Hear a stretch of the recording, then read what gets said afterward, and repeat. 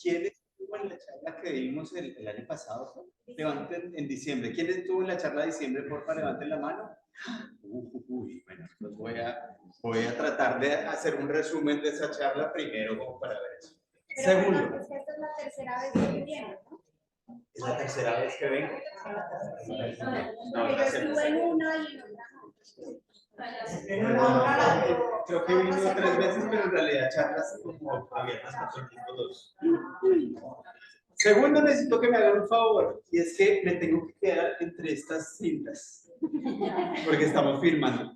Entonces, cada vez que ustedes me vean como saliéndome, me hacen señas o me dicen cosas para que yo vuelva a estar mejor. Me va a costar, porque usualmente es más chévere moverse por todos lados. Y José Fernando Mejía, hablas en paz, Daniel era mi jefe, ahora Daniel es el presidente del comité directivo de la organización. Somos ahora una organización que se monta sobre convivencia productiva, que era el anterior nombre de la organización, ahora el nombre es Aulas en Paz. Tenemos ya casi 20 años y en esos 20 años lo que hemos hecho en realidad es trabajar con comunidades educativas del país alrededor del tema de desarrollo socioemocional, sobre todo en términos de manejo de conflictos y de prevención del bullying.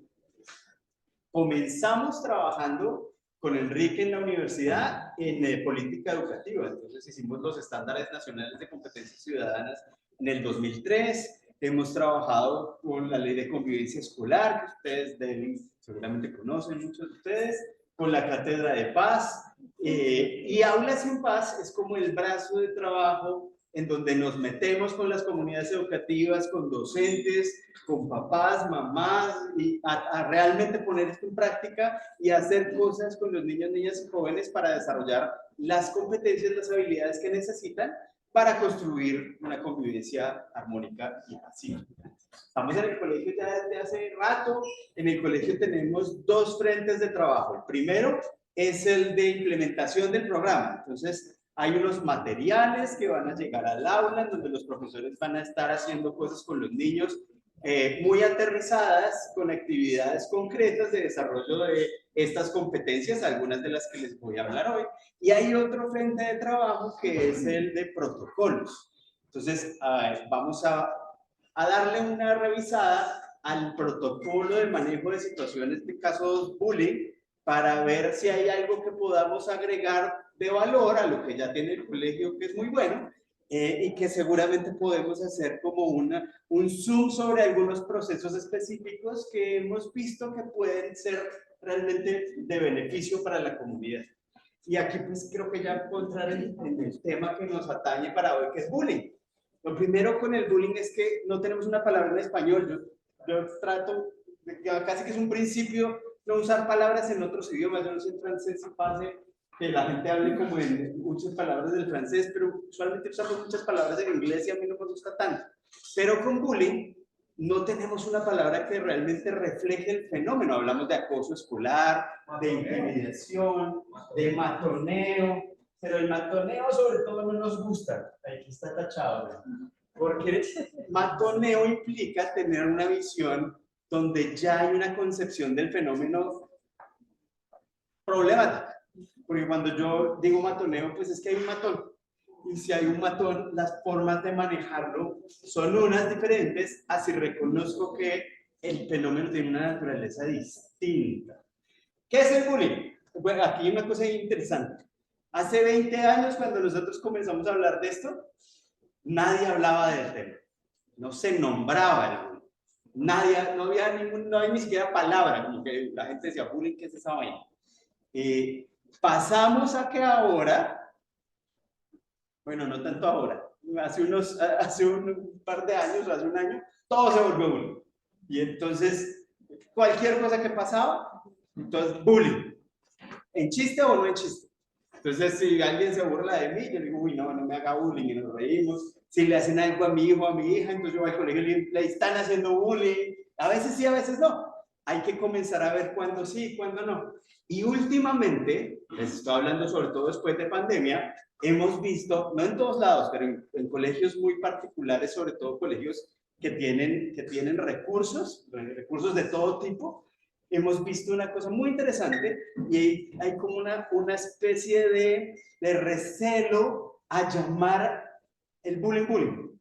Y entonces pasamos de nada es bullying, todo es bullying, y ahora volvimos a una cosa ahora de, uy, no, eso de pronto no es bullying.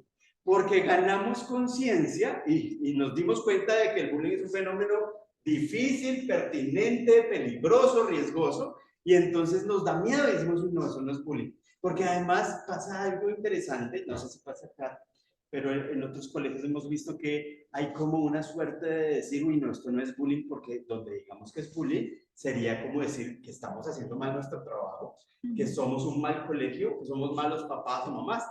Y no existe tal cosa. No existe un colegio sin bullying.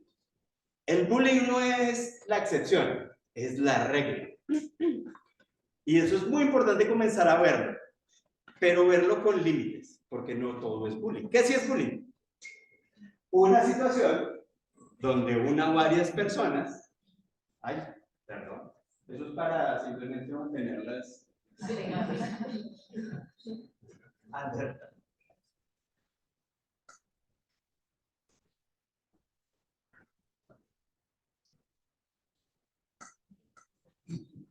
Una o varias personas, no me vayan a hacer bullying ahora por eso, agreden a otro intencionalmente. En realidad esto todavía no agrega mucho a la definición. Algunos autores ponen la intención como parte de la definición de bullying. De nuestro lado no, porque cualquier agresión implica intención. Entonces, cuando uno dice, hay gente que agrede con intención, en realidad esa es la definición de agresión. Lo que lo hace distinto es que es repetido y sistemático. ¿Qué es repetido? ¿Qué pasa más de una vez? Usualmente pasa por semanas, meses o años. En todos los colegios pasa que hay una familia por allí, de golpe esté acá, porque casi siempre llegan porque están muy interesados en el tema, que siempre dicen, llevo 2 años diciéndole al colegio que a mi hijo le hacen bullying. Y casi siempre dicen, y no ha pasado nada. Casi siempre sí han pasado cosas. Lo que pasa es que esas cosas no han solucionado el problema, que es lo importante. Entonces es repetido. La primera cosa que uno tiene que preguntarse para saber si es bullying es si es repetido. Entonces piensen ustedes en sus chinos. Entonces, si sus chinos están, o más bien, cuando estén involucrados en una situación de agresión, bien sea porque se la hacen o porque la está haciendo o porque la está viendo, piensen, ¿será que eso es bullying? Lo primero es, ¿esto es repetido? Si es repetido, puede que sí. Lo siguiente es que es sistemático. Es decir, que hace parte de un sistema de interacciones en donde la gente tiende a ocupar unos roles. Y entonces en ese sistema yo puedo ocupar el rol o del que agrede, o del que es agredido, o del que está observando. Y esos roles tienden a ser más o menos fijos. Como que se crea el sistema y yo me ubico ahí, me quedo ahí y la cosa se va repitiendo. Y ahí uno ya comienza a darse cuenta porque esta vaina es distinta.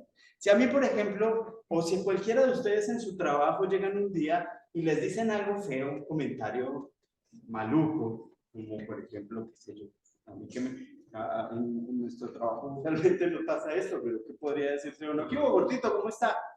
Hoy se nota que se comió bien el fin de semana, ¿no? Bien, están tratando bien en la casa, cualquier cosa es. Eso no es chévere. Yo no me sentiría bien si me lo dicen. Yo tengo espejo en la casa, no necesito que me digan nada. O si le dicen, por ejemplo, a una mujer que tiene problemas de peso, que está desarreglada, o que cómo es de problemática, de conflictiva. Ese tipo de cosas no está bien, son agresivas. Pero si son una sola vez, es bien distinto a que si es muchas veces repetido y las mismas personas diciendo. Y hay una tercera característica que es la más problemática, y es que el bullying implica un desbalance de poder. Ese desbalance de poder hace que quienes estén agrediendo tengan mucho más poder que quienes están siendo agredidos. Y entonces fíjense que cuando uno comienza a pensar en esto y a darse cuenta de lo que ocurre, todo comienza a tener sentido y ahí se da cuenta uno de lo riesgoso que es esto. Después de la pandemia nos dimos cuenta de que el trato entre los niños y los jóvenes estaba siendo malo. Se tratan mal. Se dicen cosas agresivas, se excluyen, se pegan a veces. se insultan, hay apodos agresivos, como que todo lo que pasaba antes, porque esto no es nada nuevo, todo lo que pasaba antes se incrementó. Y entonces en este incremento, imagínense, vuelvan a su época escolar y ubíquense en cualquier curso de cualquier edad y piensen que están allí. Si uno les preguntara a ustedes, oigan, ¿a quién de este curso se la montan? ¿A quién de este curso dejan por fuera de las vainas? ¿A quién no invitan a nada? ¿Quién no encaja? ¿Quién no tiene amigos? ¿Quién está solo o sola? Usualmente uno podría decir Pepito Pérez. Y si uno le preguntara, bueno, ¿y quién se la monta Pepito Pérez? Ah, pues fulanito González. Los chinos lo ven muy fácilmente, los adultos no lo vemos. Cuando yo llegaba antes, ya no me pasa tanto, pero antes llegaba a los colegios y preguntaba, bueno, ¿y aquí hay bullying? Casi siempre me decían, no, menos mal. Gracias a lo que sea que crean en ese colegio, no hay bullying. Yo les decía, no hay bullying, bueno, chévere, buenísimo, pero cuéntenme una cosa, no hay un niño o una niña que esté solo, que dejen por fuera de los grupos, que no inviten a nada. En colegios como el de usted, de invitar a cosas en las casas, casi siempre hay un niño o una niña que no invitan. ¿Por qué? Porque siempre hay buenas razones, ¿no? Entonces dicen, es que ese niño o niña es terriblemente problemático, es que esa familia, es que. Pero en realidad hay un tema de exclusión difícil y duro, en donde siempre, en todos los cursos, ese desbalance de poder implica una posibilidad de abuso.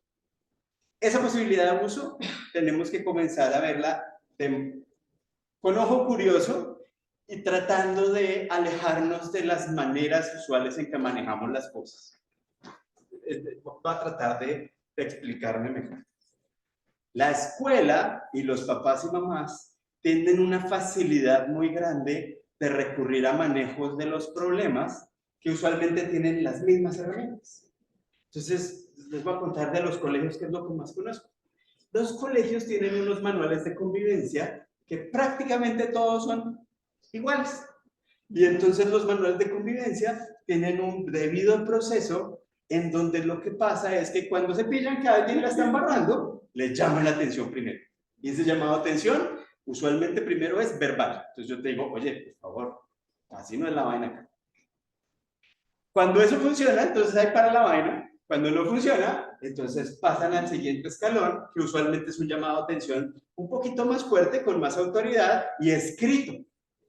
Hay una cosa bien interesante, y es que yo no sé por qué creemos que escribir las vainas es como hacerlas. Y entonces, no, ven, tenemos que firmar un compromiso. Te tienes que comprometer a esto, entonces hacemos un acta en donde te comprometes a eso, y como que en realidad es como si el papel fuera mágico y eso hace que te comprometes. Y cuando eso no pasa, entonces citamos a las familias. Porque decimos, uy, no, esta vaina ya, esta china no está entendiendo nada. Entonces esto tiene que ser el problema de la familia. Entonces llamamos a la familia y decimos, oye, no, pero es que esta niña tuya, mira cómo es que está. Firmamos otro compromiso, le decimos, no, tienes que llevar la psicología, porque seguramente es una vaina de psicólogo. Y esa es la forma no punitiva. La forma punitiva es usualmente que cuando esto no funciona, se pasa a lo otro, que es la suspensión. Esa suspensión puede llevar a una matrícula condicional y eso en última puede llevar a que un niño salga del colegio. Hay una cosa que nosotros hemos visto que quisiera decirles con la confianza que ya nos tenemos eso, es que eso no sirve para nada. Porque eso usualmente, en realidad lo que pasa es que hay una apariencia de que funciona, porque todos somos máquinas que estamos aprendiendo, y entonces cuando yo le digo a un niño o una niña, haz esto, ese niño o esa niña usualmente ya lo sabe, entonces más o menos se alinea y hace las vainas, pero los que realmente lo necesitan, los más problemáticos o problemáticas, le entra por un oído y les sale por otro. Y entonces en los colegios, y los papás y mamás también usualmente dicen cosas como, ya no sé cómo hablarle a este muchachito, le he dicho 1 y 1000 veces, de todas las formas posibles, qué es lo que tiene que hacer, qué es lo que no tiene que hacer, y nada sirve.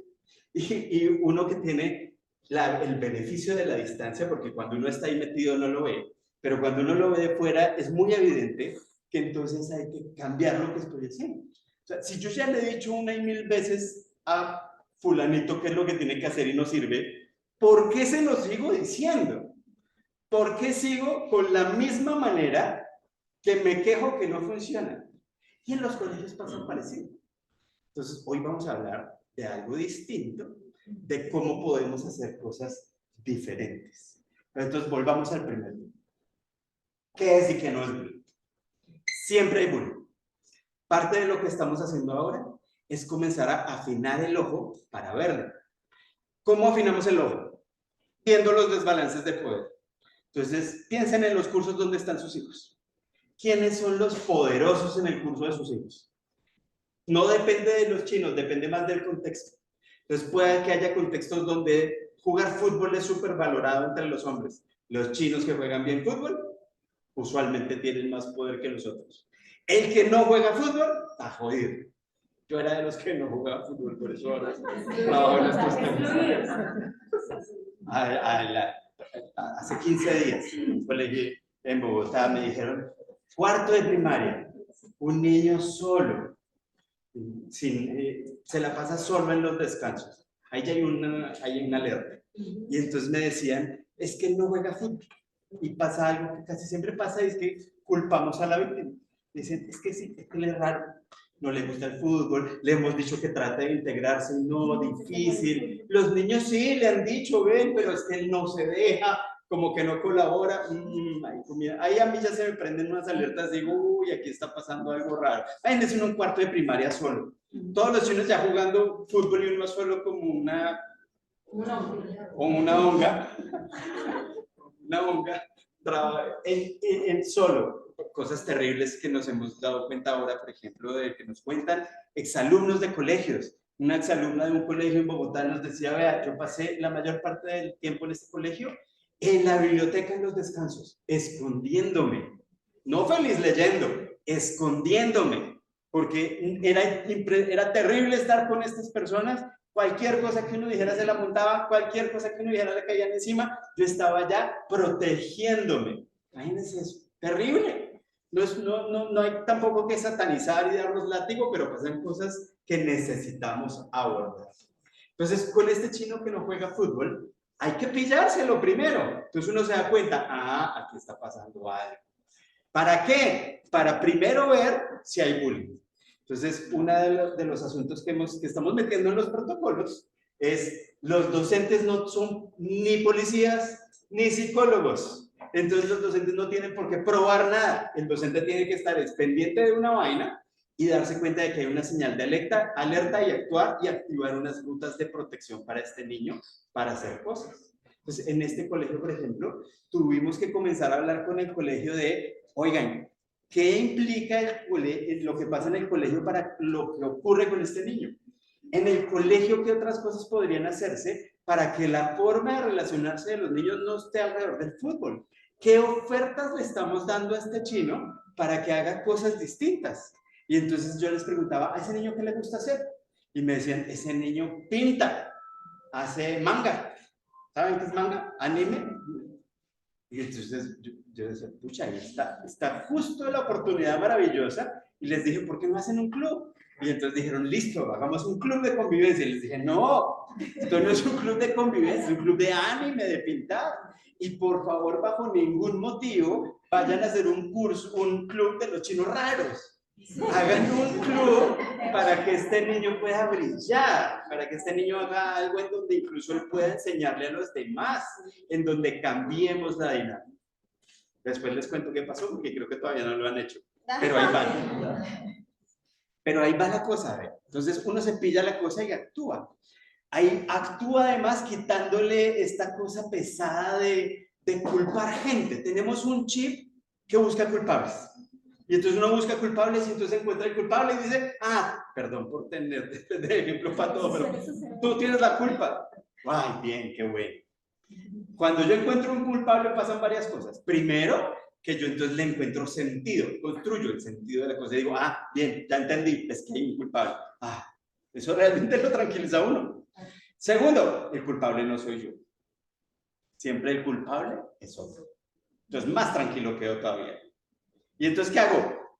Pues cambiar a esta persona o eliminarla, sacarla, Y entonces fíjense que cuando hay bullying y nos lo pillamos, es porque usualmente ha escalado la agresión y se vuelve más difícil de manejar. Y entonces cuando el colegio se da cuenta, usualmente es más difícil. Hay que comenzar a darse cuenta antes. Pronto, reconocer que en todos los cursos hay bullying, que la gran mayoría de las veces todavía no sea problemático. Claro que sí, menos mal, pero es justamente en ese momento donde hay que actuar, para que esa interacción de abuso de poder podamos neutralizarla y eso no escale y después en un par de años tengamos los problemas a los que nos estamos enfrentando, que son realmente dramáticos. Yo no quiero asustarlos porque esa no es una buena manera de entender esto, pero también tenemos que asumir claramente qué es lo que puede estar detrás de esto. Y tuvimos un suicidio hace un par de semanas en Bogotá. Yo creo que les puedo contar porque ya se volvió muy pública la cosa, pero fue en el Liceo Francés de Bogotá, donde estamos además acompañándolos. Y obviamente los suicidios siempre implican toda una confluencia de factores, no es solamente porque le hacen bullying, pero el bullying está usualmente atado a casi siempre las maneras en que los niños pueden llegar a este tipo de ideas sobre cosas. Y es muy evidente cuando uno lo piensa después y lo mira desde la distancia. Tuvimos, por ejemplo, también una niña que terminó hospitalizada en un caso y cuando le preguntamos qué era lo que pasaba, esa niña tenía una historia, era una niña de séptimo y había una historia de 2 años en donde a esa niña le dijeron gorda, fea, boba, la dejaban por fuera, la excluían. Claramente no a todos los niños que les digan esas cosas van a llegar a este extremo. Siempre hay otras cosas, pero en todos los grupos hay unos niños o niñas vulnerables que están más cerca de este tipo de cosas. Entonces, imagínense, por ejemplo, acá mismo, ¿cuántos somos? Hicimos una apuesta con Estefan y de cuánta gente iba a llegar, pero ¿cuántos seremos? ¿60 por ahí? Sí, 70. De los 70 que estamos acá, si nos viéramos más veces, aquí comenzaría, de hecho ya lo hay, de pronto ustedes ya lo podrían identificar, aquí hay desbalances de poder. En las reuniones de padres hay desbalances de poder, hay unos papás con más poder que otros. La gente con poder no es gente mala, pero es gente que la puede embarrar. Y la gente que no tiene poder no son pobrecitos que usualmente uno dice, ay, hay que protegerlos. No, algunas veces son personas difíciles. Los niños a los que le hacen bullying a veces son niños que tienen dificultades, que caen mal. A veces, por ejemplo, hay gente que trabaja con nosotros que llega a trabajar en un salón y dice, pero realmente es que este chino es difícil. Con razón se la monta. Y no, claro que no. Cuando uno comienza a pensar así, perdió todo. Necesita comenzar. Entonces, desatanizar al bullying. El bullying no es malo. Usualmente pasa una cosa súper interesante. Los que hacen bullying usualmente son los buenos. Entonces uno como profesor, por ejemplo, los que hacen bullying son los poderosos, entonces uno los ve mucho. Usualmente son los que hablan más, los que están pendientes de participar, los que se llevan a los demás porque tienen una posición de liderazgo. Son chinos que tienen unas características que bien encaminadas pueden ser súper útiles en su vida para ellos y para los demás. Y sin embargo, lo que tiende a pasar es que cuando uno se pilla la vaina, entonces con ese chip de culpa uno dice, bueno, ¿quién es el que la está embarrando acá? Y entonces uno busca, ¿quién es? Ah, ¡pum! Tú estás haciendo bullying. Entonces, ¡pam! Y depende del colegio, eso puede ser más punitivo o menos punitivo. Hay colegios que llegan por las buenas y dices, oye, no, pero así hay que cambiar, no sé qué. Eso puede ser. Hay otros colegios en donde llegan como con todo. Usualmente, además, los papás, cuando se dan cuenta que esto está pasando, obviamente se activa un chip de defensa y uno quiere sangre, uno quiere sacarle los ojos a quien le está agrediendo a su hijo, claro, eso es normal. Y entonces uno llega diciendo, ¿por qué está este muchachito en este colegio? ¿Qué pasa? ¿Por qué no lo han sacado? ¿Dónde está el bien común sobre el bien individual? Y en realidad, lo que pasa es que, imagínense ustedes están ahí en el salón, son chinos poderosos y se la están montando a alguien. Se la están montando a alguien quiere decir que, por ejemplo, todos los días le dicen algo. Que todos los días le quitan algo, le dan un coscorrón, por ejemplo, o le dicen cosas, o o se sale de la vaina, y se los pillan y entonces lo que hacen es suspenderlos. Me suspende. ¿Cómo está un chino que lo suspendieron? Un chino que lo suspendieron llega a la casa a decir, Dios mío, me di cuenta de que la estoy embarrando, voy a aprovechar este tiempo en la casa para reflexionar cómo... No, no pasa así. Imagínense que a ustedes les pusieran un proceso disciplinario en sus trabajos. Y entonces, ¿cómo llegan ese día a sus casas? Ustedes llegan a decirle, mi amor, hoy me pusieron una anotación a la hoja de vida, me siento una mejor persona. Estoy tan feliz porque tengo ese impulso que me lleva a ser un mejor trabajador. No pasa así. Con los chinos tampoco. Uno llega diciendo, maldita sea, es esa persona que me tiene entre ojos. Los envidiosos de la oficina, igualito. No sirve. Sin embargo, es lo que seguimos haciendo. Y entonces, imagínense que el bullying lo suspenden, se siente mal, porque los castigos están hechos para que uno se sienta mal, no para que se sienta bien. ¿Con quién creen que se va a desquitar al otro día? Con la persona con la que ha establecido esta relación perversa, que además está en una situación de vulnerabilidad. De hecho, puede empeorar la cosa. Porque el bullying muchas veces siente, me echaron al agua, hijo de madre sapo, me voy a vengar. ¿Sí ve? Y entonces, ¿qué pasa cuando el colegio ve eso? No estoy hablando de este colegio, por favor, lo pasan todos. Cuando el colegio ve eso, entonces dicen, uy, no sirvió la suspensión, esto está duro. Entonces hay que hacer una cosa más contundente. Eso más contundente usualmente empeora la cosa, porque causa mayor malestar en la persona y la persona entonces viene y agrede más. Lo bonito de esto es que eso nos muestra cómo podemos tener formas distintas de actuar, que desmitifiquen y hagan saber que los bullies no son chinos malos, usualmente son buenos, la están embarrando y es nuestra responsabilidad, nuestro deber corregirlos. Necesitamos actuar para que ellos encaminen ese poder sin abusar de nadie. Y necesitamos apoyar a las personas que están siendo víctimas para que puedan aprender a defenderse y hacer o a dejar de hacer cosas que las tienen también en esa situación, para empoderarlas. Y la última idea, que es la más poderosa, tal vez, es que las intervenciones efectivas con el bullying no se dan ni con el que está agrediendo ni con el quien está siendo agredido. Hay que hacer cosas allí, sin duda. Pero lo que en realidad frena esto es la intervención de los que están viendo. Es cuando el que está viendo se para y dice, no, así no, te estás pasando, eso no es chistoso. Ahí frena la vaina. Y entonces eso nos pone en una posición de responsabilidad que para mí es muy bonita, pero también nos lleva a asumir un rol en donde somos parte del problema. Porque entonces fíjense que sus niños y sus niñas, todos y todas, están involucrados en situaciones de bullying. No es que menos mal mi hijo no está metido en eso. Porque si su hijo es el que está observando, tiene incluso más responsabilidad porque es quien podría pararse y frenar la vaina. Sí. O es quien podría acercarse a la persona víctima y acogerla y acompañarla.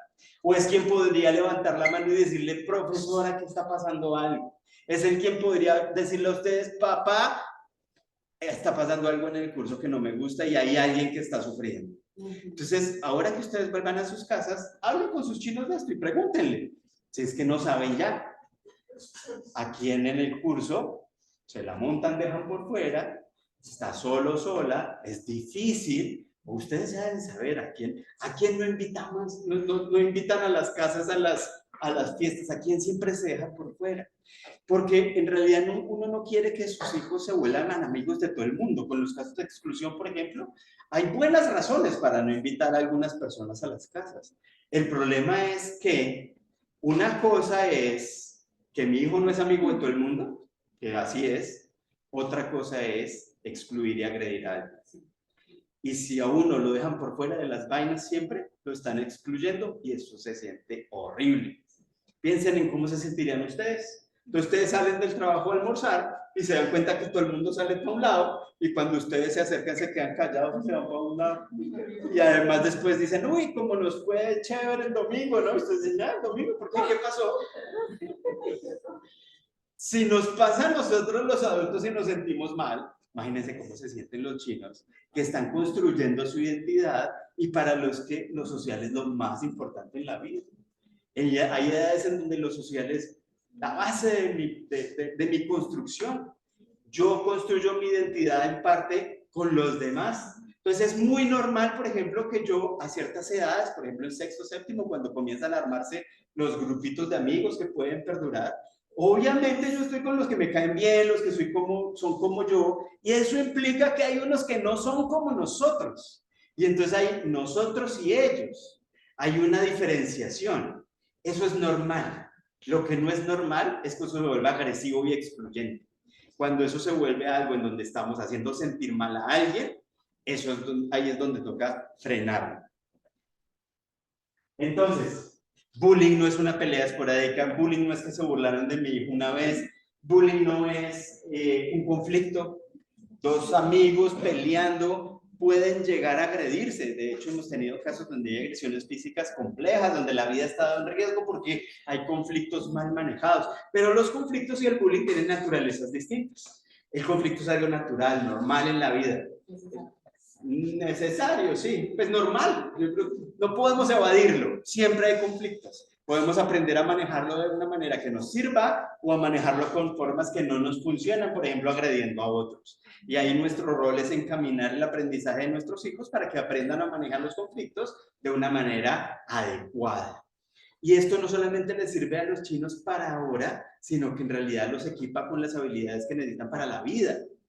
Ahora, por ejemplo, las habilidades socioemocionales, hay investigaciones que muestran que las personas con más habilidades socioemocionales tienen mejores trabajos, ganan más, logran mejor nivel educativo. Y hay un impacto social que es muy impresionante. El nivel de criminalidad baja, la salud física mejora, no solo la salud mental, la salud física mejora. Y no hay que ir muy lejos. Piensen ustedes a quién contratarían para algo que estén necesitando. ¿Contratarían a alguien complicado, difícil, impulsivo, que siempre que le dicen algo reacciona mal, que no trabaja bien con otros, que cuando tiene conflictos lo que hace es agredir a otros? ¿O contratarían a alguien que puede estar bien con otros, que maneja sus emociones, que puede gestionar sus conflictos de una mejor manera? Para nosotros es muy evidente. En Aulas en Paz cada vez valoramos menos las habilidades técnicas, esas se las podemos enseñar. Pero lo que ha aprendido uno en la vida de cómo se relaciona con otras personas, eso es más difícil. Y es lo que está a la base de muchas de las cosas que hacen que la gente sea exitosa o no, cualquiera que sea la definición de éxito que ustedes tienen. No es un conflicto que escala, hay una creencia errada y es que como que cuando los conflictos escalan se vuelven bullying. No, la naturaleza es distinta. Acuérdense, las diferencias de poder son lo que marca que haya bullying, la repetición y la sistematicidad. Los conflictos siempre están presentes. Muy rara vez un conflicto escala y se vuelve bullying. Es la excepción, pasa, pero no es la regla. No es que haya una gravedad en donde una cosa son los conflictos y otra el bullying. No, son cosas distintas. Y es el triángulo del bullying es esta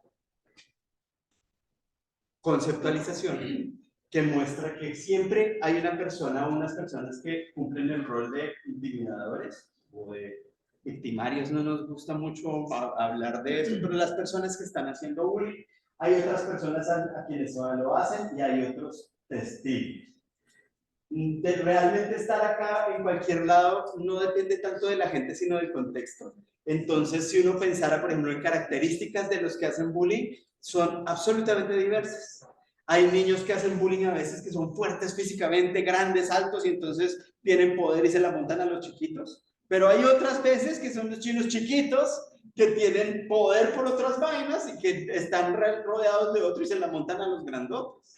Depende. Si yo estoy en un colegio, por ejemplo, donde lo académico es importante, entonces si yo soy bueno académicamente, me va bien, tengo poder. Y entonces puede que se la monten a otros que no les va tan bien. Pero si yo estoy en un colegio donde lo más valorado es el deporte, entonces son los deportistas los que pueden estar en una posición de poder. Las niñas, por ejemplo, usualmente en las niñas hay cosas estéticas importantes. Las niñas que son percibidas como más bonitas, usualmente son las que son más poderosas. Las niñas que son percibidas como las menos bonitas, también. Hay contextos piensen en lo que pasa en el país, porque usualmente los colegios son reflejo de eso. Entonces estamos en un país clasista. Entonces, dependiendo del colegio, también eso puede ser un factor de poder o no. Colegios de estrato alto, por ejemplo, hemos visto que a veces los que van de vacaciones a Estados Unidos se la montan al que va de vacaciones a otro lado. O los que tienen unos zapatos de una marca. La semana pasada también nos dijeron es que aquí el que no tiene iPhone se jodió. O sea, si aquí alguien no tiene iPhone, ostracismo total.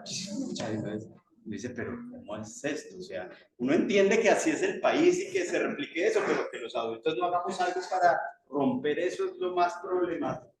Entonces, sus hijos están acá, en cualquier parte. Si llegan a ser los intimidadores, porfa, véanlo, no los defiendan. Usualmente los papás cuando les dicen su hijo puede ser el intimidador, dicen no, no puede ser.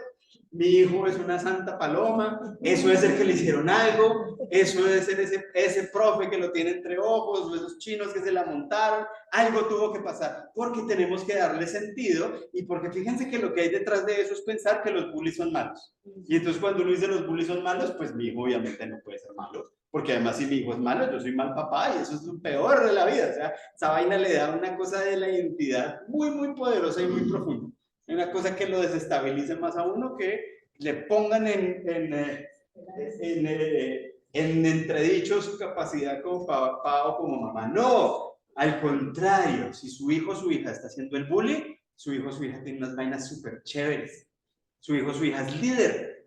Su hijo o su hija es capaz de mover a otros para que hagan vainas. Y eso es una habilidad súper poderosa que le va a servir en la vida.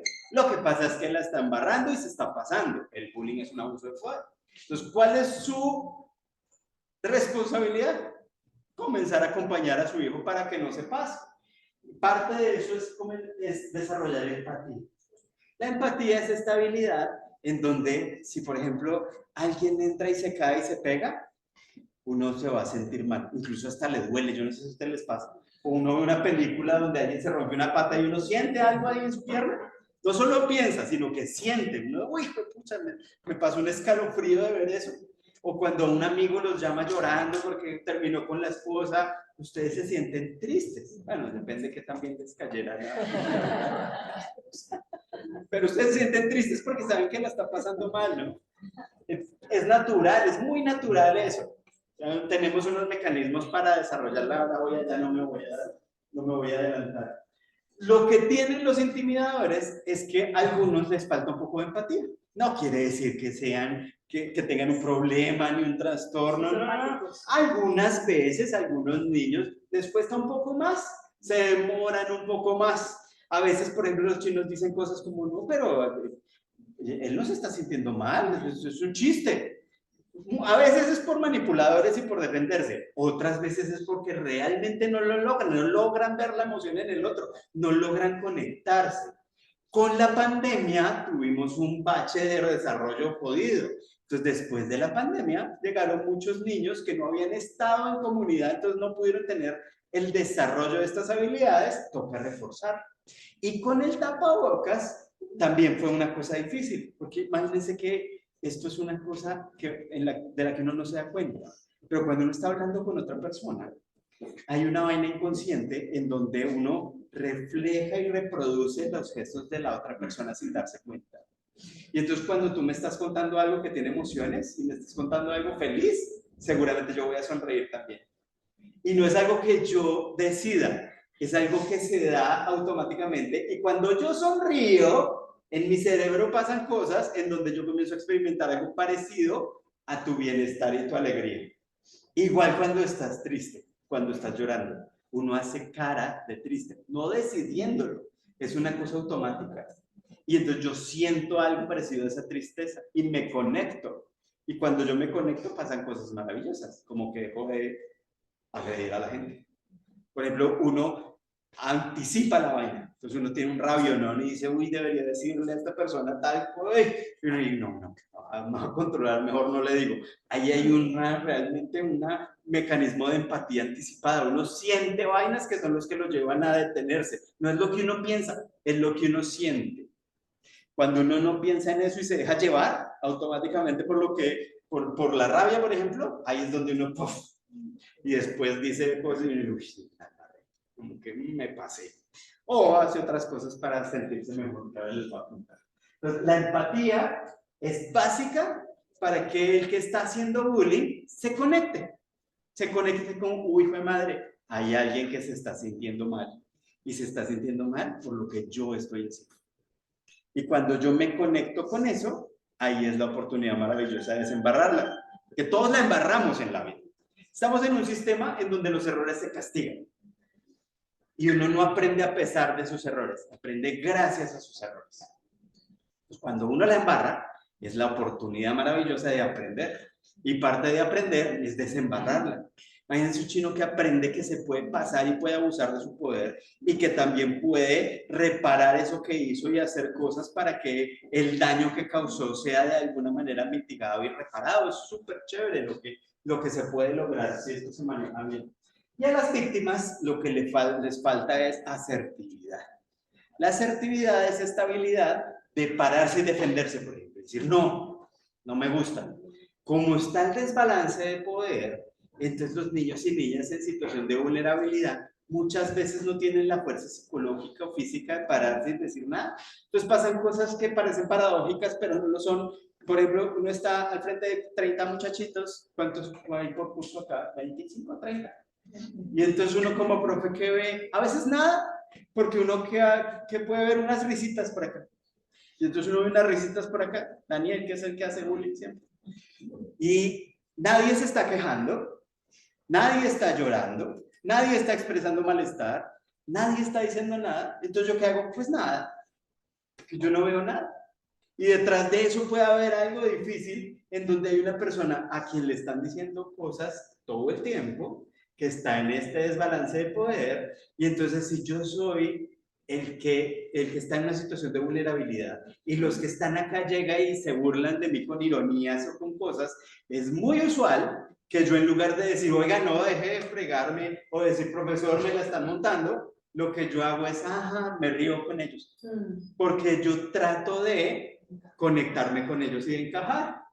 No sirve para un carajo, obviamente, pero es el mecanismo que esos niños tratan de reírse con ellos.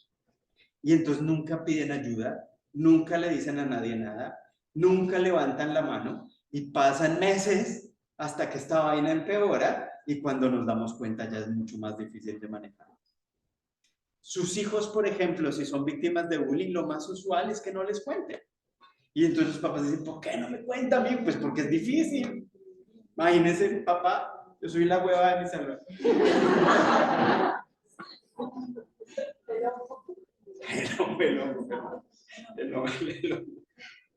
Difícil, da vergüenza, no es una cosa fácil de decir, es una cosa jodida, compleja, justamente porque yo estoy en una situación difícil. Y entonces allí es donde se dan las cosas perversas que se vuelven muy complicadas, porque usualmente esto es como una pirámide. Ahora con los temas de salud mental comenzamos a ver que más o menos de 100 personas, 80 personas pasan bien por la vaina. Entonces hay gente que dice, ah, sí, bullying, claro, que ha habido todo el tiempo, a mí me hacían, y véanme, tranquilo, bien. Mentira, no hay nadie completamente bien. Pero bueno, no pasó a mayores. La gran mayoría, 80%, pasan bien. Y entonces uno ve, se limpia la vaina y sigue. Hay un 15% que necesita, no tan especializado, pero ese 15 le cuesta más. Entonces ese 15 de golpe tiene que hablar con alguien, amigos, red, no sé qué, necesita apoyo. Y hay un 5 que están jodidos por cualquier vaina, porque sobre todo después de la pandemia. Entonces imagínense que ustedes volvieron de la pandemia a su salón y llegaron atravesando una situación familiar difícil, cualquiera. En la pandemia, de golpe, en mi casa fue un infierno y todo el día vivimos agarrados todo el tiempo. Mi papá, mi mamá se quedó sin trabajo, se me murió alguien, estuve solo, sola. Lo mínimo que pasó es que estábamos encerrados, desesperados, que eso ya es bastante. Y dejé de estar con mis amigos. Y pónganle ahí a eso algo adicional. pónganle que de golpe este niño tiene alguna tendencia a ser un poquito más triste y que además es diferente. Se la montan en el salón. Y entonces llega uno en una situación difícil, donde hay otro poco, los otros 25, los otros 29 también llegan mal, llegan agrediendo un poco más, llegan midiendo más, ahí comienzan a pasar cosas perversas en donde la vulnerabilidad se profundiza y donde comienza a haber otra serie de ingredientes que es la que lleva a esto. Entonces hay que afinar el ojo y sobre todo comenzar a pensar en el desarrollo de estas. ¿Cómo promover esas habilidades? Primero, con nuestras propias competencias y nuestro modelamiento. Entonces, de nada sirve que yo le hable a mi hijo todo el tiempo de lo que tiene que hacer si lo que ve que yo hago es completamente distinto. O sea, si yo le digo a mi hijo que tiene que manejar sus emociones, pero lo que ve en mí es que cada vez que se me salta el fusible, lo que hago es gritarle, pegarle y hacer vainas, o cuando en la calle me cierra alguien, lo que hago yo es darle un madrazo con mis empleados o con la gente, nada que hacer. Lo primero es mirar el espejo y ver cómo estoy yo con esto. Porque todos podemos aprender más y mejor de estas cosas. Cómo identifico mis emociones, cómo las regulo, cómo me relaciono con él o con ella, cómo me relaciono con mi mujer, con las demás personas. Lo siguiente es tener herramientas de ambientes democráticos. En los salones, por ejemplo, las herramientas de ambientes democráticos tienen que ver con cómo construimos las normas, cómo manejamos la disciplina, cómo manejamos el poder. En la casa también.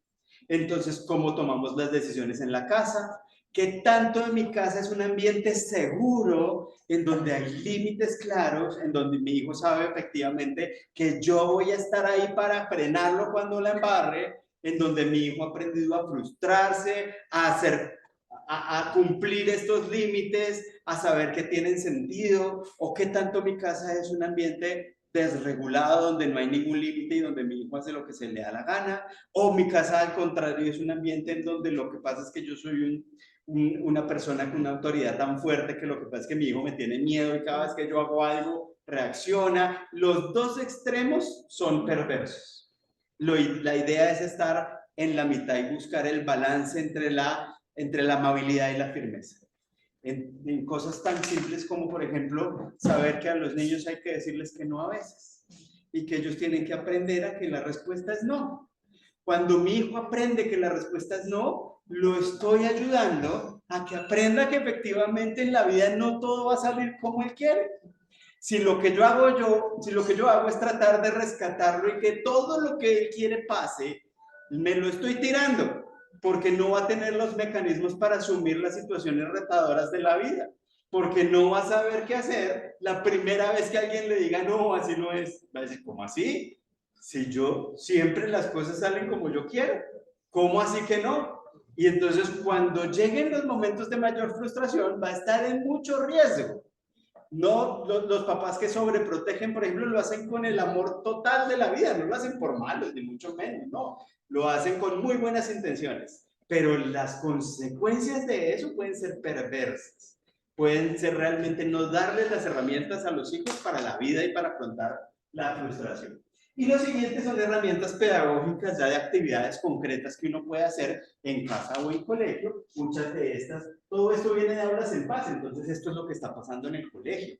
En el colegio trabajamos con los profesores para desarrollar sus propias competencias, con los profes para que tengan habilidades para construir ambientes democráticos, construir normas, manejar la disciplina, manejar el poder, y herramientas pedagógicas que son las guías del programa que ya les dicen qué toca hacer, qué se puede hacer con los niños en términos de actividades concretas. Entonces, para ustedes en la casa que puedan trabajar algo de esto. Primero, quítense la idea de decirle a la gente lo que tiene que hacer. Usualmente uno está muy metido en la cantaleta. La cantaleta tampoco sirve, parece que sí, pero no sirve por carajo, porque le entra por un oído y le sale por el otro a la gente. Pero acuérdense de esto, si no está sirviendo lo que estoy haciendo, si yo no sé cómo hablarle a estos chinos, entonces es porque no estoy haciendo lo que está funcionando, entonces tengo que cambiar.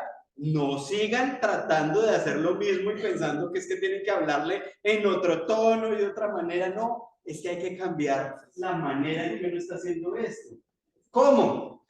Por ejemplo, la disciplina positiva tiene un ejemplo súper chévere que no es de estas obras de emociones, todavía no las vi. Imagínense que su hijo llega un día, domingo a las 7 de la noche, y les dice, mamá, papá, mañana tenía que llevar una cartelera. Se me olvidó. Aquí hay papelerías abiertas los domingos por la noche. No. Entonces, fíjense lo que hace usualmente. Esto no es que lo hagan los papás malos, lo hacen la mayoría. Entonces, ¿qué pasa ahí? Uno dice, pucha, chido, hijo de madre. Y entonces uno comienza a decirle vainas cantaletudas. Pero, ¿cómo así, Juan Fernando? ¿Cuántas veces te tengo que decir? ¿De qué manera te tengo que hablar para que te des cuenta que tienes que ser responsable? ¿Qué va a pasar con tu futuro, por favor? ¿No has visto a tu tío cómo está? Y entonces uno le echa una cantaleta tenaz mientras está buscando en el cuarto de San Alejo las vainas para... La peor de las opciones es para hacerle la cartelera. La peor de las opciones es el papá se sienta a hacer la hijo de madre cartelera, cantaleteando al chino para que tiene que ser responsable. Y por favor, entonces traten de ver eso con curiosidad y desde afuera, porque es una paradoja muy loca. ¿Cómo quiero yo que mi hijo aprenda a ser responsable si yo le estoy solucionando su problema? ¿Qué es lo que está aprendiendo? A que no necesita ser responsable, porque yo lo voy a salvar. Estoy justamente enseñándole lo que no quiero que aprenda. Y entonces los papás dicen, no, pero ¿cómo así? Va a llegar al salón sin eso y entonces van a pensar que yo soy un mal papá, una mala mamá. Quítense eso de la cabeza, por favor, porque le puede hacer daño a sus hijos sin darnos cuenta. Entonces, ser buen papá o ser mala mamá implica dejarlo frustrarse y hacer que asuma las consecuencias de lo que hizo. Y esto lo aprendimos de disciplina positiva, no es nuestro, pero para mí fue muy iluminado. Porque entonces lo que dicen las colegas de disciplina positiva es, vea, un papá o una mamá de disciplina positiva hace algo que en realidad es más fácil. Es que le dice, uy, tienes un problema. Ojalá lo resuelvas. Y se va a dormir. Jodido, ¿no? Jodido. Yo sé que es jodido. Yo sé que uno es... ¿Cómo así? ¿Cómo así? Pero es lo que más le conviene a su hijo o a su hija. ¿Por qué? Porque entonces su hijo o su hija va a enfrentarse efectivamente que tiene que resolver esa vaina que es su problema, no es el de ustedes. Pasa algo súper chévere ahora. No, mentira, es chévere.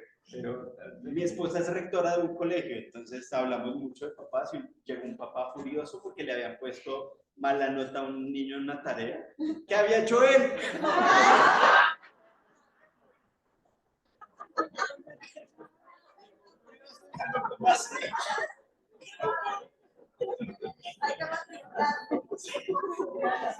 Y claro, en los colegios ponen a veces tareas que son absurdas, pero eso es otra cosa. La cosa es, mi hijo o mi hija tiene que aprender a asumir su responsabilidad sobre las cosas y yo tengo que dejarlo. A veces los niños se tienen que caer, porque cayendo se aprende. Si yo digo, ¿no han visto esos papás en el parque que están siempre pendientes de los chinos para ver si se van a caer? Y cuando, ay, no, cuida, Maya, no te subas, por favor, porque te vas a matar. No los dejan vivir. Y entonces cuando ese chino o esa china se enfrente a algo, ¿cómo va a poder manejarlo? Si es que cuando uno lo ha hecho en pequeño es que puede aprender. Entonces piensen en eso, por favor. Y además comencemos a ver estas vainas. Por ejemplo, para que los niños aprendan a manejar sus emociones e identificarlas, no hay que decirles cálmate, no, ahí es que comenzar a hablar con ellos, a tener actividades. Recuerden lo que hacen las profesoras en preescolar, que son estas caritas. Entonces, con los chiquitos, por ejemplo, es más fácil.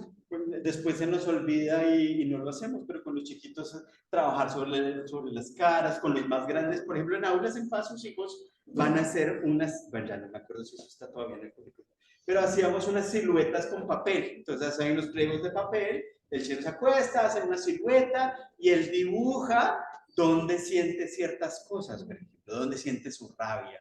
Y los niños dicen cosas distintas. Hay niños, por ejemplo, que dicen, no, yo siento la rabia en la cabeza, se me calienta la cabeza. Otros dicen, no, a mí el corazón se me acelera. Hay gente que le da calor, hay gente que le da frío. ¿Por qué es importante esto? Porque eso nos lleva a pensar en los referentes físicos de las emociones y nos prepara para comenzar a actuar cuando nos dé rabia. Nombrar las emociones, ponerles nombres específicos, ¿no? ¿Cómo estás? Bien, mal, no, ¿cómo estás? Pensemos, hay vocabularios de emociones que podemos usar, comenzar a hablar de mis propias emociones con los niños. Es modelar y decirle, oye, hoy sabes que hoy estoy como triste. Cuando ustedes le dicen eso a su hijo, pasan cosas maravillosas. Primero, él dice, ay, pues madre, hay días en que uno está triste. ¿Qué puede hacer uno cuando otra persona está triste? Y entonces ahí pueden comenzar a establecer relaciones que le van a servir para él y ella y para comenzar a tener relaciones en la vida. Para los más grandes, trabajamos, por ejemplo, en qué pasa con el cerebro y ciertas emociones, los neurotransmisores, las zonas del cerebro que se activan, las zonas corporales que tiene. Esto es una imagen de calor. ¿Dónde está el calor cuando uno siente ciertas cosas? ¿Por qué? Porque es que uno no piensa en esto. O sea, uno le da rabia y después es que se da cuenta. En el rabiolón no. El rabiolón llega como una ola que lo arrastra a uno y después uno se revolcado, se para y dice, madre, ¿qué pasó? Y es que se da cuenta. Entonces, prepararse es muy importante. Los disparadores, ¿qué me da rabia? ¿Qué les da rabia a ustedes con sus chinos, por ejemplo? Piensen en eso. ¿Por qué? Porque entonces ustedes se preparan. Uy, me da una rabia todos los días a las 8 cuando tiene que acostarse en la misma vaina. Eso es una tensión ahí horrorosa. Prepárense. Entonces sepan que les va a dar rabia. Hagan cosas creativas. No repitan la misma rutina, por favor. Si es la misma cosa todos los días, cámbienla. Traten de ser creativos o creativas para hacer cosas. No dejen que sus chinos, una cosa que pasa mucho es que uno se mete en el cuento de la argumentación, sobre todo cuando está pensando que estos temas son interesantes y uno dice, tengo que hablar con mi hijo, yo no puedo ser una figura autoritaria, tengo que hablar para que tenga sentido. Sí, pero no. Porque cuando la vaina se vuelve una argumentación, en realidad está escondiendo permisividad. Si su hijo dice por qué y usted comienza a tener un debate sobre por qué se tiene que dormir a las 8 y le dan las 9:30 y su chino no se ha dormido, ¡ojo! Porque su chino está feliz durmiéndose a la hora que se le da la gana. Y entonces, ¿qué está aprendiendo? Sí. Sobre todo hay edades, los chinos chiquitos, ahorita como a los 2 años hablan como adultos. Entonces uno ve papás discutiendo con niños de 2 años como si fueran adultos. No lo son. Pareciera que sí, no lo son. No están listos ni preparados para eso. No se dejen llevar por esa vaina porque su hijo no está listo. Su hijo necesita muchas veces que usted le diga no. ¿Por qué no? De verdad, porque soy su papá. Punto. Porque mientras viva en esta casa se va a hacer lo que yo diga. Con amor, con cariño. Pero el límite es muy importante. Los límites son fundamentales. Cuando los límites no se cumplen, los chinos no están bien. Piensen en los niños que ustedes conocen que no tienen límites. Esos chinos que nunca les dicen que no. Que uno dice, Dios mío, estos papás les cuesta decirle que no a este chino y ponerle límites. Chinos son chinos problemáticos, emproblemados, no caen bien, son ansiosos, no son niños felices. No son niños que digan, ay, a mí mi papá me da todo lo que quiero y nunca me dice que no, soy tan feliz. No, son niños ansiosos, difíciles, que no están en una situación de bienestar. Y con buenas intenciones hacemos cosas que no los tienen bien y que además al futuro van a tener consecuencias muy negativas. Y fíjate que esto es solamente identificar emociones. Cuando uno sabe qué está sintiendo, hay que hacer cosas para regular la emoción. No es para eliminarla, es para regularla. Porque detrás de las emociones están las cosas más importantes de la vida. Cuando yo me siento triste, es porque pasó algo en donde, por ejemplo, yo perdí una cosa importante. Cuando a mí me da rabia es porque usualmente hay algo que a mí me parece injusto. Y eso hay que abordarlo, pero con tranquilidad, con la emoción, con la espuma baja, con la temperatura bajita. No es evitar, no es decir, no, yo me calmo y entonces no hago nada, no. Es hacer algo que sirva. Porque si yo actúo con rabia, la embarro. A mí, por ejemplo, me da rabia seguramente di este ejemplo para los que vinieron la vez pasada, pero como son poquitos, no importa. Entonces, a mí me da rabia que se cuelen en las filas. Rabia profunda. Porque yo siento que una fila es lo más democrático que hay. En una fila no importa si uno estudió dónde, cuánta plata tiene, de qué color es. No, o sea, llegué acá y respeto esta vaina. Entonces, cuando alguien se mete, para mí es justamente lo que pasa en esta sociedad donde hay gente que cree que tiene privilegios, puede pasar por encima de los demás, me da rabia. Y entonces, hace 15 años, ni siquiera 20, 15, yo llegué a hacer cosas como que, por ejemplo, y esto está quedando grabado, perdón. Llegué una vez a gritarle a alguien, ¿usted qué otras cosas se roba en la vida? Mal. Fíjense la vaina. Yo podría decirles, este hijo de madre se coló y entonces yo le dije esto y eso era justo, yo tenía la razón y lo que dije estuvo bien. Mentira. Págalo, pura paja. Uno siempre se echa esos cuentazos. Pura paja. Yo la embarré. Porque no hay ninguna justificación para tratar a nadie mal, nunca, jamás. Menos a un niño. Ahora otras cosas. Mucho más fáciles, además. Mucho menos riesgosas. Es fácil, es decirle, señor, la fila es allá. Hace como un mes se coló alguien y me hice algo que me pareció súper chévere y es que le pregunté, señora, ¿se coló? Esa me gustó, me hizo sentir orgulloso. Porque se lo dije realmente tranquilo, fue porque esto no se puede fingir, esto no es una cosa de forma, esto es una vaina de regulación. Y si uno lo dice con rabia, sale con tonito, sale agresivo. No, tiene que ser tranquilo, impecable, con curiosidad se coló. Y entonces cuando yo le dije eso, la señora me miró como, ¿qué es esto? Y entonces, ¿qué creen que dijo? Todos nos echamos cuentos. Entonces ella dijo, es que a mí me atienden así acá. Y entonces ahí le dije, es que la fila está acá. No se fue a hacer fila, o sea que no fue tampoco la primera. Pero por lo menos uno va no empeorando la cosa, sino tratando de mejorarla con lo que uno siente. Nuestra personaje más taquillero de hablas es Tuga la tortuga, que está en segundo de primaria. En segundo le decimos a los niños, le hablamos de Tuga, hay cuentos, hay personajes.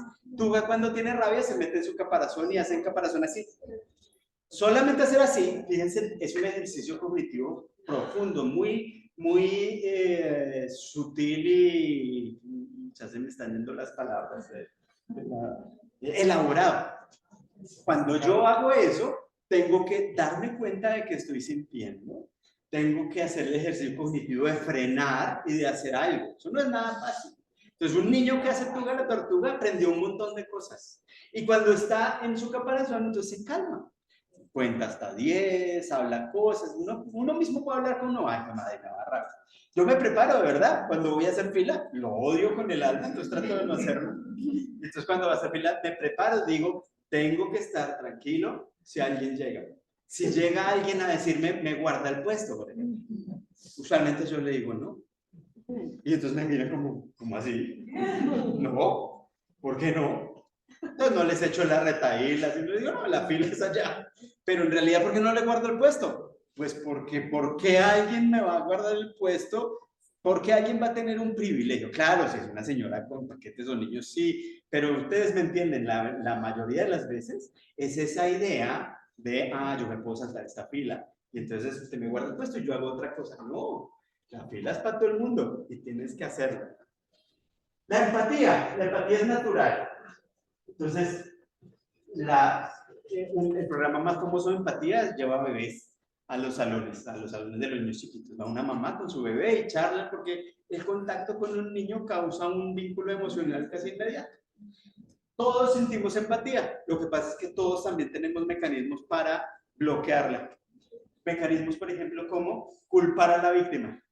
Y entonces, cuando ustedes hablen con sus chinos, les van a decir, no, pues sí, a fulanito sí le decimos cosas, pero es que él o ella. Y entonces comienzan a decir, es, no es, hace, no hace. Ojo con eso. Porque parece real. Efectivamente hay cosas que la gente hace que pueden provocar algo, pero culpar a la víctima es lo mismo que decir que violaron a una mujer porque tenía un escote pronunciado. La misma. Entonces, decir que excluyeron a alguien porque es problemático, seguramente es problemático, problemática, pero eso no justifica excluir a nadie, nunca. También nos quitamos la empatía comparando. Entonces los niños dicen cosas como, pero es que es un chiste, realmente estábamos haciendo un chiste. Le dijimos que sí, le dijimos que estaba gorda y amargada, pero era un chistecito. No, hay que nombrar la cosa como es, sin drama, con tranquilidad, decirle, por ejemplo, ustedes pueden preguntarle cosas como, ok, seguramente lo hicieron como chiste, ¿cómo crees que se sintió ella? Y ahí, ¡pum!, lo atan a la emoción. ¿Cómo se sintió ella cuando le dijeron eso? Y usualmente los chinos se conectan fácil y dicen, no, sí, mal. Y a ustedes le dan la vuelta y le dicen, bueno, ¿qué podrías hacer? ¿O qué podrías dejar de hacer para que eso esté mejor? También las personas que piensan distinto. Yo, por ejemplo, cada vez estoy más de acuerdo con que las parejas homosexuales tengan la posibilidad de adoptar. Sé que es una cosa compleja, sé que es una charla difícil todavía. Entonces, mi reto de empatía es poder conectarme con la gente que piensa distinto a mí. No es no pensar en mí que tengo razón, no, conectarme con los otros. Con el que dice, eso me parece terrible, es la peor abominación. Conectarme con esa persona y ver qué es lo que piensa, de dónde viene eso, qué es lo que está allí, porque es muy emocional usualmente, no es tanto racional, sino emocional. Y es en esa conexión en donde no es quién tiene la razón, es cómo podemos hablar de esto. Y en los salones, por ejemplo, usualmente pasan cosas no tan extremas, pero siempre pasan cosas como esta persona es diferente, o los equipos de fútbol, por ejemplo. Es que yo me las llevo bien es con el de mi equipo y no con el del otro, y ahí comienza a haber unas relaciones tensionantes difíciles. Hablar de las emociones, nombrarlas, reflejarlas. Cuando ustedes ven que su hijo tiene una emoción, entonces díganle, no le pregunten. Es como cuando uno se pega y le dicen, ¿se pegó? No, díganle, ¿estás triste hoy? Con los más chiquitos, por ejemplo, ustedes les pueden decir, hoy tienes una carita así, hoy estás haciendo carita como y le hacen un puchero. Porque lo más importante que uno puede hacer con la gente cuando siente emociones es estar allí y darle el mensaje de eso que estás sintiendo es valioso, aquí estoy para ti. Eso que estás sintiendo tiene sentido. Como nos sentimos mal, entonces tratamos de que la gente se sienta bien rápido y decimos cosas como, no, pero no fue nada. Cuando yo digo no, pero no fue nada, el mensaje es, eso que estás sintiendo no es válido. Y tú eres un bobo además, porque te sientes mal por eso. Imagínense, eso no es lo que uno quiere decirle a su hijo. Uno tiene que estar ahí, no más, es más fácil. Casi siempre es más fácil, pero es más difícil porque implica romper cosas, ir contra lo que parece. Fíjense en las situaciones difíciles. Entonces acuérdense, sus hijos y ustedes mismos son empáticos con la gente que les cae bien y la gente cercana. Piensen en siempre esas personas que están en la otra orilla, o en la otra orilla ideológica, en que piensan otras cosas, que están, por ejemplo, en orillas ideológicas en religión, en política, o en cosas mucho más cercanas como, es que esta familia es terrible, problemática, yo sí entiendo a mi hijo y por qué no. No, dense la oportunidad de conectarse empáticamente con la gente que la puede estar pasando mal. En Aulas en Paz trabajamos mucho con literatura infantil. Seguramente sus hijos, cuando ya estemos avanzando en el currículo, van a llegar a contarles cosas. Aprovechen eso. Hay un libro que es que se llama Oliver Bottom. Lamentablemente tiene un título súper machista. De Oliver Bottom es una nena. Pero detrás de la historia de Oliver Bottom está un niño que no le gusta el fútbol, que hace cosas que usualmente que se identifican con lo que hacen los hombres, le gusta bailar, se la monta. Y entonces leer eso con los niños no es para decirles esto está bien, esto está mal, no es la moraleja, no es tú tienes que ser bueno. Es, oye, ¿cómo se siente Oliver cuando le hacen eso? ¿Qué es lo que pasa? Aquí, por ejemplo, cuando esos son los zapatos de taco. Y entonces una de las preguntas que le hacemos a los niños es, ¿ustedes creen que sería fácil para Oliver defenderse cuando los grandulones le están haciendo eso? La mayoría dicen no, porque vean el tamaño de nosotros, vean cómo están ahí. ¿Qué podría hacer Oliver? ¿Qué podrías hacer tú si estás viendo que eso pasa? Y entonces ahí comienza uno a ejercitarlos para que realmente desarrollen habilidades, no ideas, sino que puedan tener habilidades que pongan en su vida. Tenemos a Dino el dinosaurio que le enseña a los niños a decir que no.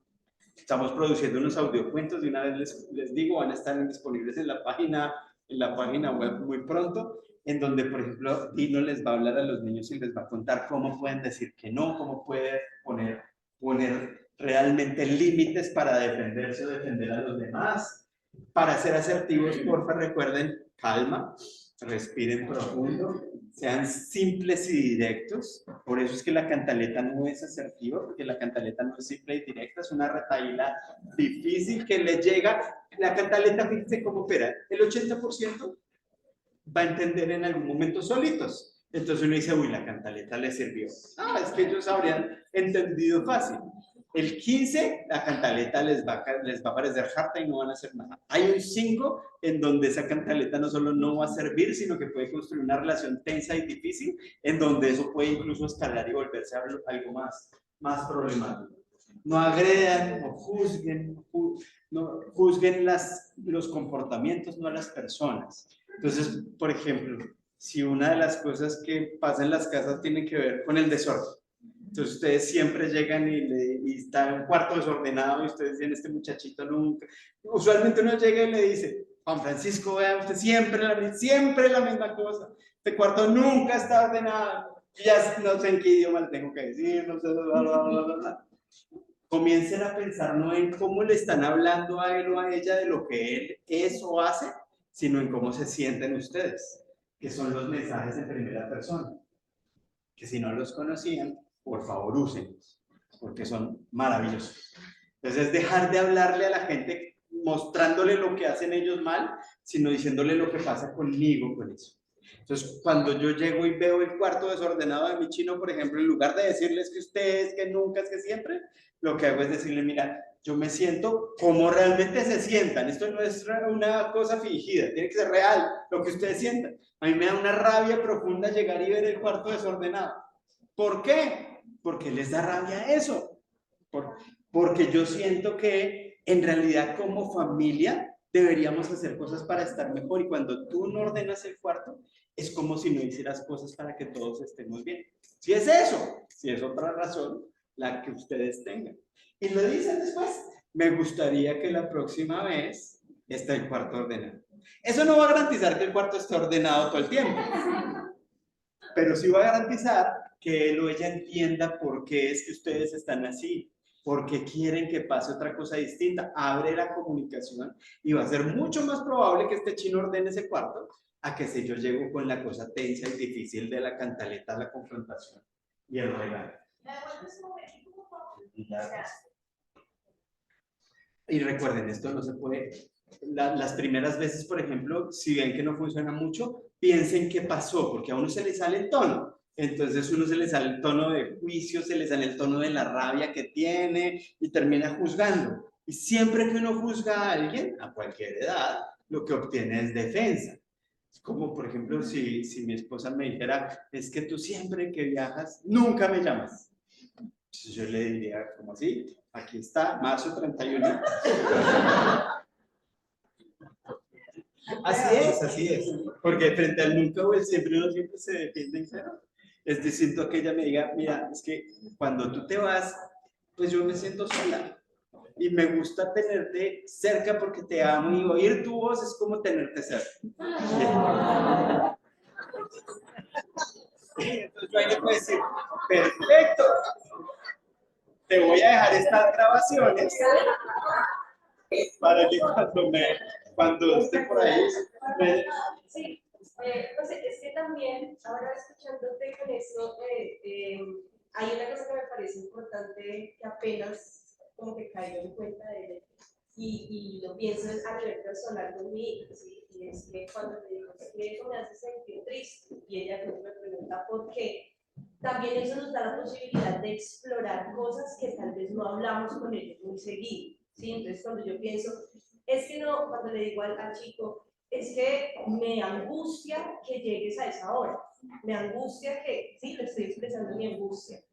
Resulta que me dice, ¿por qué? Y yo tal vez recuerdo algo que me pasó a mí en algún momento y por esas razones que me angustia, entonces me da la oportunidad de ampliar incluso esa historia personal que le permita entender al otro por qué, pero nos da una posibilidad de compartir mucho más, ¿sí? Sobre nuestra historia. Entonces, eso creo que también aporta en ese. Súper chévere, porque fíjense, cuando están grandes, entonces el tema de los permisos, el chino necesita autonomía y quiere hacer cosas, y hacer cosas implica no contarle a mi mamá vainas y llegar a otra hora y saltarme las reglas. Entonces, si yo entiendo que es que mi mamá se angustia, eso es bien distinto, porque yo protejo a mi mamá llamándola. No es porque no confía en mí, no es porque está monitoreándome, no es porque todo el tiempo esté pendiente, y ahí puede marcar una relación distinta.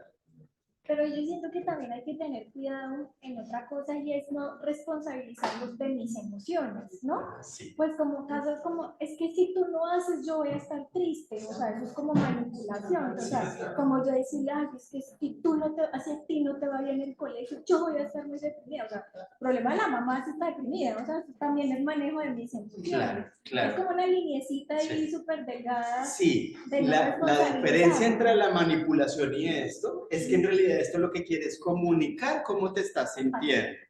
No quiere hacer que el otro chino cambie porque sí, es comunicar lo que estás sintiendo, para que la otra persona sepa. En sus trabajos pasa todo el tiempo, todo con los hijos es más difícil. Entonces, de golpe traten esto primero con gente como que no, con la que no estén tan involucrados. Entonces, en el trabajo piensen, por ejemplo, en alguien siempre llega tarde.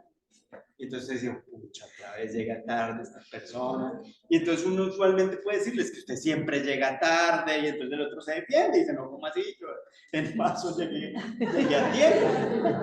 Mientras que si ustedes le dicen, oye, en realidad, a mí me da mucha rabia cuando llegamos tarde, tratando de no tener el dedo acusador, o cuando alguien llega tarde, porque disrumpe es una palabra. Sí. Disrumpe lo que estábamos haciendo, nos hace interrumpir lo que estamos haciendo, y para mí parece que no respetará el tiempo de los demás, no se respetará el tiempo de los demás. Ahí es bien distinto a eso, abre la comunicación y le ayuda al otro a decir, ay, pues madre, como que eso ayuda a que el otro diga, uy, sí, pues pucha, estoy haciendo algo que está teniendo un impacto emocional en la gente, y de golpe pueden tener mucha más probabilidad de cambio. Generación de opciones, sí.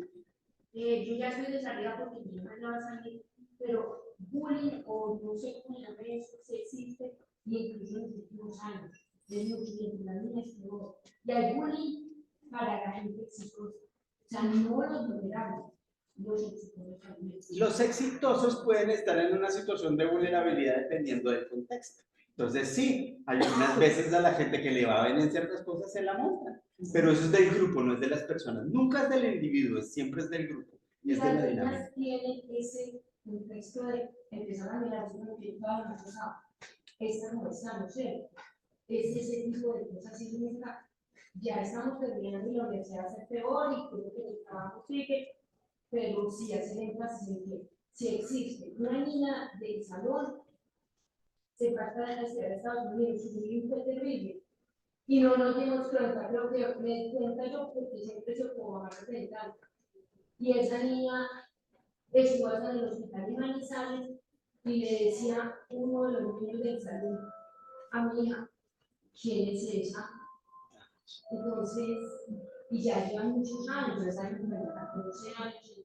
Claro. Entonces son situaciones que se han y que siguen. Y después de la pandemia fue peor. Sí, y hay entre personas adultas también. O sea, en los trabajos, por ejemplo, lo que se llama móvil, no bullying, pero es la misma cosa. Móvil. Siempre hay bullying en cualquier edad. Hemos visto bullying en preescolar y hemos visto bullying en 11, hay bullying entre adultos. Sí hay una frecuencia distinta. Entonces parece que hay un pico al final de la primaria. Por eso en Aulas en Paz, el grado donde tenemos las actividades centradas en bullying es cuarto, porque queremos equipar a los niños con algo que les va a dar herramientas para prevenir lo que viene en quinto y en sexto, que es el pico. Ese pico tiene que ver con el número de personas a las que le hacen bullying. Hay más víctimas. Eso va bajando, pero se va especializando.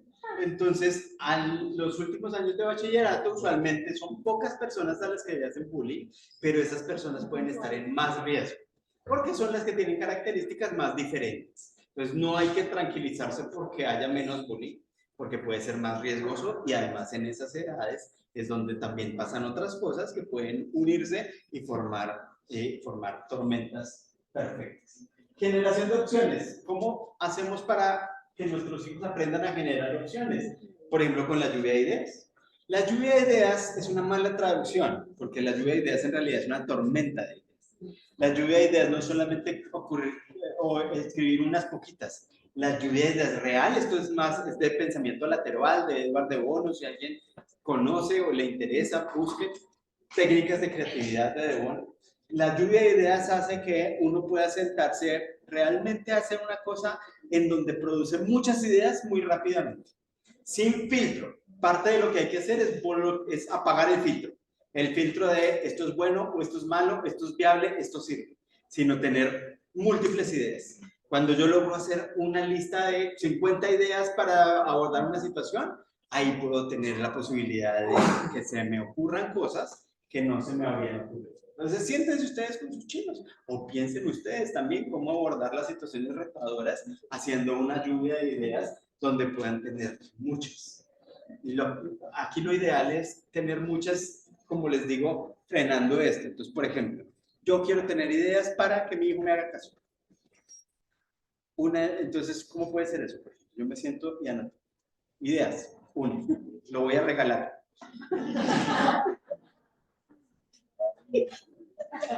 Lo voy a encerrar en un calabozo.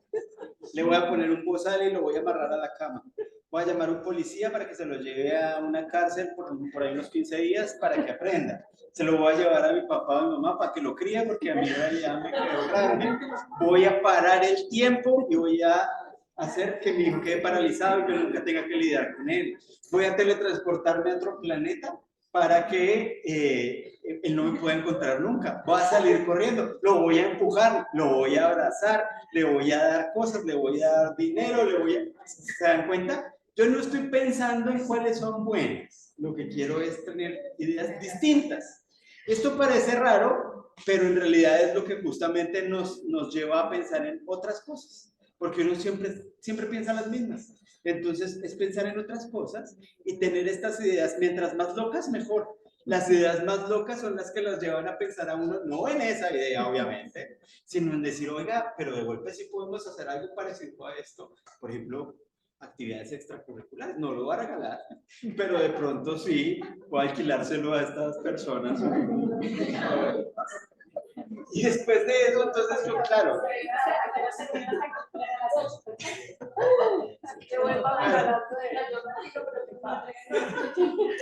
Pero sí, actividades extracurriculares, algunas vainas de contacto con otras personas, que se nos ocurran cosas distintas porque uno está muy metido en los problemas. Esto realmente lo usamos más con los conflictos. Entonces, cuando leemos con los niños cuentos y hay situaciones de conflicto, les decimos, bueno, ¿cómo se está sintiendo esta gente? ¿Qué es lo que realmente quiere? ¿Qué podrían hacer? Y ¡frum! Hacemos una lluvia de ideas con ellos así, donde, por ejemplo, las opciones agresivas, casi que es necesario que estén para que el niño pueda juzgarlas y decir, bueno, si yo le pego al otro, ¿eso qué pasa? Y entonces tenemos estas preguntas.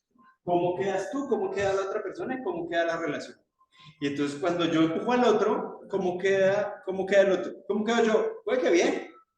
Bien, me siento bien. ¿Cómo queda el otro? Mal. Y la relación, mal también. Listo, miremos otra. Y así uno tiene una opción para que los niños realmente tengan opciones con sentido. No es solamente no le pegues, es bueno, ¿qué te conviene a ti? ¿Qué le conviene al otro? ¿Qué realmente soluciona esto? A ti, no a mí. Yo no soy yo diciéndote qué es lo que tienes que hacer, sino produciendo cosas y preguntando para que lleguen a sus propias conclusiones. Para que tengan cosas para profundizar si quieren, tenemos el kit de recursos de Aulas en Paz, que está en construcción, como casi siempre están las páginas web, pero hay cosas chéveres y va a haber cosas más chéveres todavía. El kit de intimidación escolar. Todo eso está en la consultoría. El kit de intimidación escolar que hicimos con Red Papás, que ahorita estamos justamente como actualizando algunas cosas, pero tiene realmente mucha de la información que tratamos hoy y otra. La página de Te Protejo, que es una página de denuncia anónima, es una línea anónima de denuncia. Muchas veces la gente dice, pero yo cómo denuncio esto, aquí no pasan cosas como tan dramáticas, estamos en lugares donde denunciar puede poner en riesgo a la gente, por ejemplo, por presencia de grupos armados. Entonces ahí nos dicen qué hacemos, ahí puede ser una vaina.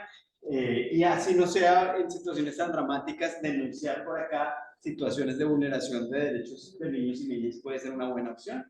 Y el canal del TIC Confío, en donde hay muchos recursos del Ministerio TIC sobre todo de seguridad en línea y de cyberbullying. El libro de Educación, Convivencia y Agresión Escolar, que ya tiene 10 años, hay que hacer otro libro, pero este recoge 10 años de trabajo, explica qué es Aulas en Paz, los principios de trabajo sobre desarrollo de competencias, prevención del bullying, manejo de agresión, lo que hemos aprendido de cómo abordar esto desde la casa y desde el colegio. Creo que me pasé un poco, pero muchas gracias por estar tan atento.